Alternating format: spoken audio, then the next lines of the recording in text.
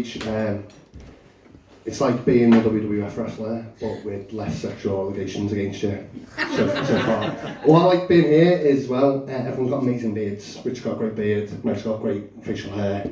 Alistair's got a very Matt Berry-esque moustache. Justin, who used to run Jurassic Park, amazing beard. That's why he's clearly not told you what he does. He's still on the run from our new bar. I sat there 5 minutes, I've just looked at him and gone, he is the old man who welcomes people to Jurassic Park. You just need to pass in your cane though, that'd be amazing, that would be incredible, that'd make my night. I'm Tom Owen, and for legal purposes, not a sexual pervert. No, that's what I was going to I'm dyspraxic. I need to tell you this because I'm clumsy as fuck. Anyone else dyspraxic here? No. Everyone else has their coordination, that is brilliant. I was diagnosed 30 years ago. And you get told a lot of stuff as a kid when you're diagnosed with dyspraxia 30 years ago. I was told I'd never ride a bike. I was told I'd never drive a car. I've only ever, in my adult life, I've only crashed once. Riding a bike into the back of a crash car. Park car, even not a crash car. I fucking made it crash, that was me. Yeah, with being dyspraxic, it means you fall over a lot. It means you're just clumsy as fuck. Having this mic stand here probably isn't the best thing for me, really. Shit me, that's bright, isn't it? Yeah, I fall over a lot, and I have a very good and supportive friend group who treat me like a toilet-trained toddler. So when I haven't fallen over for a good 4 or 5 weeks, they go, "Oh, you're doing so well, you're doing amazing, I'm falling over." And when I fall over, they go, "Oh, you had an accident. Are you okay?" And they look on my hair. And I go, and I had a particularly bad fall the other week. I fell with my car key in my pocket. Exactly. I walked around for the next week like the twist ending from Usual Suspects. Getting in and out of my car, I was like a failed Robocop project. I had to move my neck, my body, and then swing my legs out.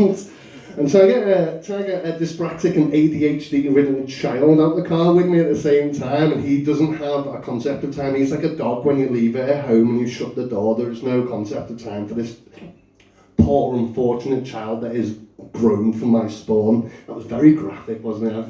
I've never said it like that before. I'll probably never say that again, to be fair. Yeah. Where was I going? Oh yeah. Pardon? Taking him out the car? Take him out the car? You were taking him out the car? No, he's 8, he can get himself out the car. He can function, he just doesn't have, if he gets out the car, he goes anywhere. He's got that big golden Labrador energy where it's just like, "Let's go!" And I'm like, "Let's go!" And yeah, it's a lot of fun. I love having a child though. One of the best things about being a parent is you learn to gaslight pretty quickly.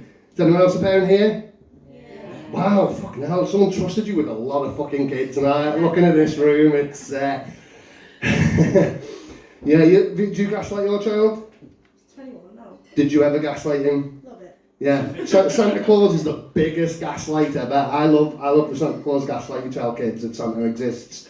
And they will sit on Christmas Eve, they will watch the Santa tracker like a fucking Al-Qaeda member waiting for that 5th plane to crash into the Pentagon, and you have to like let him down gently.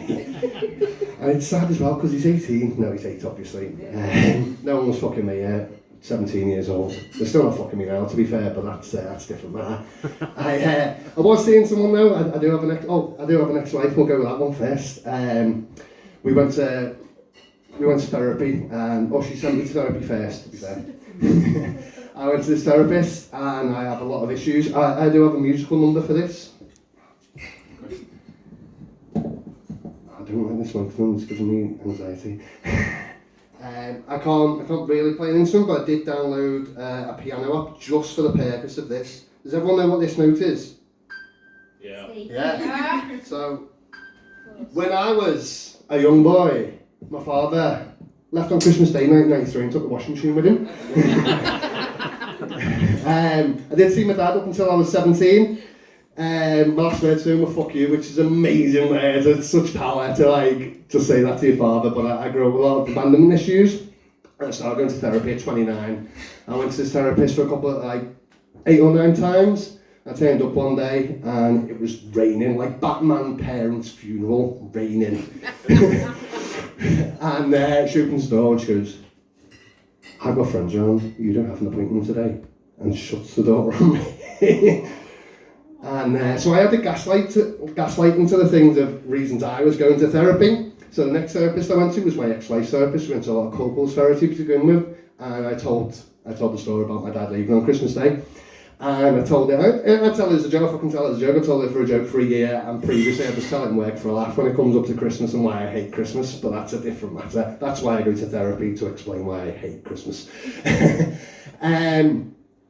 Yeah, and I told that story, and she tell all these horrible, depressing stories, but there's no feeling to them. And I've told this story for the last 20 years, like, he goes, oh, you're very, in front of my then wife, you're very emotionally unavailable. And I wonder why that marriage didn't last. Not the fact that we used to sit on the couch, and I'd try and hold her hand, and she'd go, I'm sat next to you, what do I hold my hand for? Or she'd tell me, your singing ruins my life, which is a good one. Which is great because no one's life seems ruined. Well, everyone's in a pub basement in Birkenhead on Sunday night, so everyone's life is pretty ruined, to be fair. Before I started singing. Yeah, and I lie in my single bed on Putney Road, and I wonder, was it me who was in the wrong? But we used to watch a lot of reality TV. Does anyone watch trashy reality TV? Brilliant. Yeah. What do you watch? I'm sorry, Maths. I apologise. Oh, we went further than maths. We watched Hoarders. Have you seen Hoarders? Oh, Brilliant. Right. We watched Hoarders, and you think like, oh, it's some guy who's not opened his mail for 2 weeks, or he's just like got a bunch of papers and he can't open the door. It's people who shit in fucking bags and leave them in their back garden. It is horrific. I watched one, and this woman had a lot of dead pets. So much so, her freezer was full. That she keep the dead pets in the fruit and veg drawer of her fridge. And all of a sudden that last night's kebab doesn't seem so unappetizing when you wake up in the morning. The other one we used to watch is My £600 Life. Has anyone seen this? No, it's about very, very large people who just lie to this poor Greek doctor. They're going for gastric bands, and he puts them on like a dietary plan so they can get a gastric band, and then the documentary crew go around the house, and they're like, and this guy who looks usually like a fucking single strand of Napolina spaghetti is force feeding this woman like a family feast every day, and then she goes back and they weigh them at the end of the week or the end of a couple of weeks, and they go, oh, I've been doing so well on my diet, and they go, and then like the weighing scales are higher. And it's like a game of, they're chatting to this doctor, and it's like a game of reverse operation as they lift the fold and pull out half a rotisserie chicken and carry on eating it in front of him. Yeah, but I've noticed, has anyone else got anxiety here? Yeah? well, you know. Well, you're an autistic child. Yeah, anyone else born or had their childhood in the 90s? Brilliant. And you've got anxiety? Love it. Yeah. I think there's a correlation, there's a Venn diagram for this. For people who created kids' board games in the 90s, became therapists 20 years later when everyone needed it. Games like Buckaroo, where you would overwhelm a poor bastard donkey until it kicked out at you. I've not come up with an analogy for that. After analogy. I've not come up with a story for that. But my next one is oh fuck. What's gone? What? Kaplunk. No, it wasn't Kaplunk either.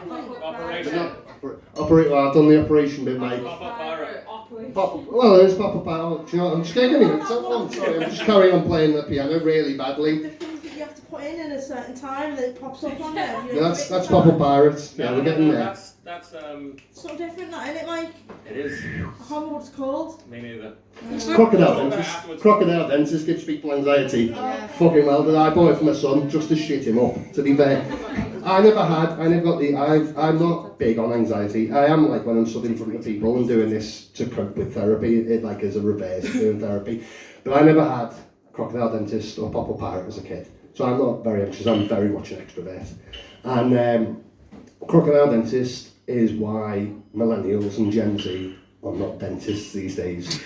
Putting your hand in a reptile's mouth and being, please tell me what you're texting. What? You're texting? Mate. Oh, you mate? Yeah, sorry. No, carry on. I'm sorry, that was rude. No, I wanna hear. I think you should tell the group. I think you should bring this out. You should tell your dad and your stepmom who you're sending nudes to, sat in the basement bar in Birkenhead. Who sent them earlier, pre-sent, like an alert on the Outlook, just like pre-sent off. One of them, like a Snapchat with like a lockbox on it for an hour's time. But that was earlier. That was earlier. And they've opened it now and they've gone, best fucking sender on my dick now. If you've received signal here, you've done amazing. This is like a fucking nuclear fallout bunker in it. But yeah, crocodile dentist, you put your hand in this reptile's mouth and you hope that you don't come out looking like a Simpsons character at the end of it. I never had this, and also pop-up pirates. I still have. I have friends who have anxiety about walking past barrels to this day, in case a bald, eye-patched man will jump out at them. So anyway, carry on about my dad. Let's go all the way back. Let's go back to 1993 now. My dad gave me the best bit of advice I ever needed. To be fair, at 13, 11, when I went to secondary school, I went to an all-boys secondary school, which for a kid with dyspraxia, who was tall and thin, and an emo kid, he said, if someone fights you, you hit them back twice as hard. That was the only bit of advice. He didn't give me the caveats for this. He didn't say the next dickhead will try and fight you. Your life, your secondary school life will become like Mortal Kombat. You start out as one of the shitty characters. You've got Sonya Blade or Johnny Cage. And you have to work you hit someone and they go down, the next dickhead will try and fight you. You start off with Kano, fucking you get up to Reptile, Noob Saban, fucking all the way till you get to Goro. And I got my ass kicked a lot. He clearly didn't teach me any of the combos, to be fair. The second part of this is he never taught me how to fight. He just went, off you go, just hit someone as hard as you fucking can, you spaghetti string. So, being dyspraxic, I learned to fight in a mosh pit. And being dyspraxic is amazing for a mosh pit, because if you fall down, what do you do? Pick 'em up. You fucking pick them up! So yeah, it didn't matter if someone pushed me down, or I fell over my own size 12 feet. Someone would scoop me back up and I would go fucking blazing, and then Goro would come and kick my ass at the end of that. And that's where I'm going to end on this, without a fatality. It's been a pleasure. You can have a word with me. You know you've got dyspraxia. Yeah. How many times did it take you to pass your test? You driving test? I passed my driving test first time. 7 times, my lad. I failed my theory 4. No, 7 times. He's dyspraxic, my boy. I did in Portsmouth and they don't give a fuck down south. Oh, you alright, love? Oh, you just hear woman, don't worry, that's 3 points on my license. Oh. You've had 5 pints before your test, just go. Right, thank you very much for having me, mate. Come on, everybody! Tom talked a lot about therapy there. I've never done therapy myself because